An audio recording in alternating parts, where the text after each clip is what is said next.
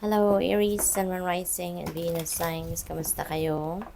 Sana po'y nasa mabuti kayong kalagayan. Welcome back po sa Star Tarot. Kung bago kayo dito, welcome din kayo. Thank you for your support. I truly appreciate it. God bless you all. Aries.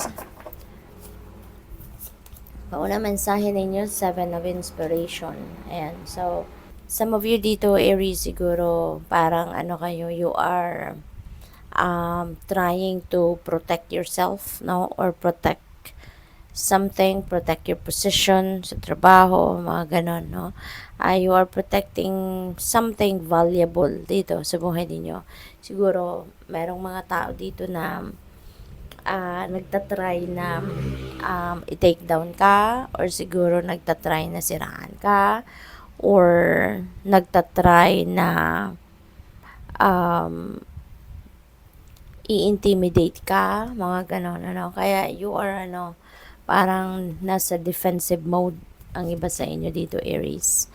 6 of Emotions, ayan, so, feeling lonely siguro ang iba sa inyo sa ngayon, Alone and lonely. Ayan, so siguro, nasa malayong lugar kayo, Aries, malayo sa pamilya, malayo siguro kayo sa mga mahal ninyo sa buhay, kaya probably, ganito yung nararamdaman ninyo na nalulungkot, no? And you are thinking of them. You're thinking of your loved ones. Iniisip mo sila, inaalala mo sila. Siguro din, iniisip mo dito yung mga times, no, na magkakasama kayo at masaya. Siguro talaga, siguro may katagalan ng hindi mo nakikita, no, yung pamilya mo, yung mga anak mo, kung meron kang anak, magulang, no? Kasi parang lungkot na lungkot kayo dito, malayo yung iniisip, no? What else? We have 9 of Inspiration. Ayan, so siguro parang kayo, 9 of Inspirations like perseverance, no? Ito yung mensahe, to continue to persevere, continue to work hard, no? Siguro ang iba sa inyo rito, nasa pag na-navigate ng sitwasyon na, alam mo yun, matagal mo nang pinagsikapan, matagal mo nang pinagtrabahuan, pero yun nga, parang napapagod ka na sa kakaantay ng resulta, no? Napapagod ka na siguro sa pag-persevere, no? Kaya parang gusto mo nang sumuko, napagod ka na, parang ganon. Pero yung advice sa iyo ng energy na to, continue to persevere, kasi ang lapit mo na sa tagumpay mo. Although hindi mo pa to nakikita, but you never know, baka you are walking on the straight path at baka bigla kang liliko tapos nandun na pala yung tagumpay mo, 'di ba? So don't give up, okay? Don't give up, but instead continue to work hard, continue to persevere, at pasasaan ba, no?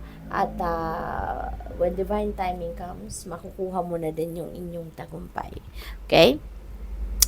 Um, kung pagod kayo, magpahinga. Okay? Step back muna kayo, time out muna kayo, at mag-recharge. Okay? So, what else? We have death energy. Ayan. So, death energy is new beginning energy. Okay? So, new beginning ito. Maaring meron kayong sitwasyon na mga babaguhin dito.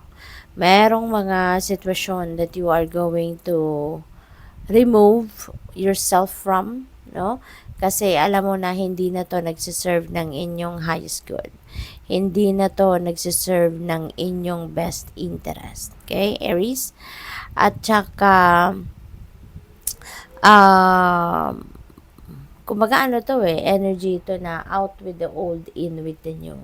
Anything, old energies, no?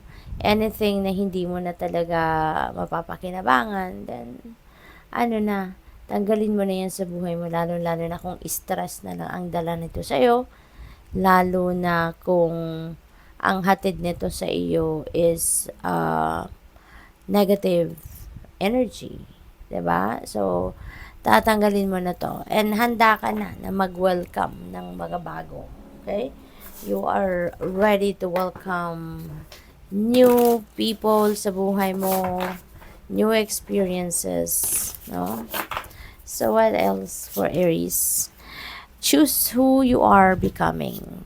Okay? So, sa ngayon siguro, ito din yung isa sa mga pagkakaabalahan ninyo. Magninilay-nilay kayo, mag-iisip kayo which path you are heading. Okay? Kasi siguro din, iniisip ng iba sa inyo sa ngayon. Diba? Ano nga ba ang gusto ko talaga sa buhay ko? What's the kind of life I want to have in a certain period of time? Diba?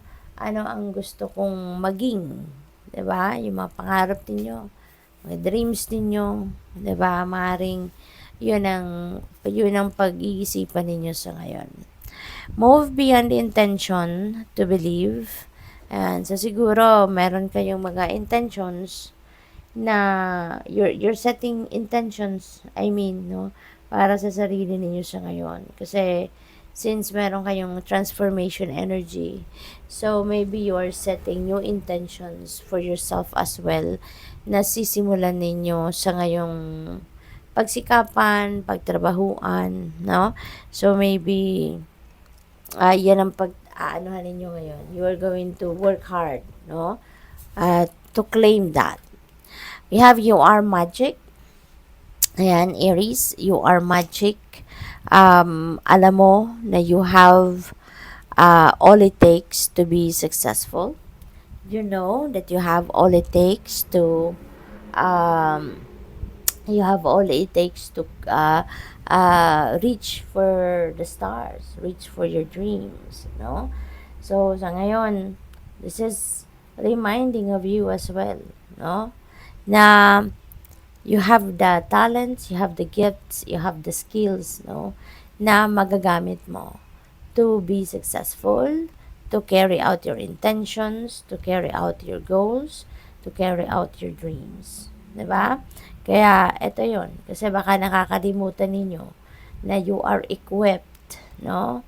With anything na magagamit mo para ikaw ay magtagumpay. Okay? We have you are living poetry. Ayan. So, siguro, ninyo, makata, no? Aries, baka kayo ay isang makata, baka kayo ay very artistic, baka kayo ay very, ang tawag dito, very creative, no? Siguro, para kang, mapalabok magsalita, napakaganda magsalita, napakaganda magsulat, no? So, maybe mga ganon ganap, no?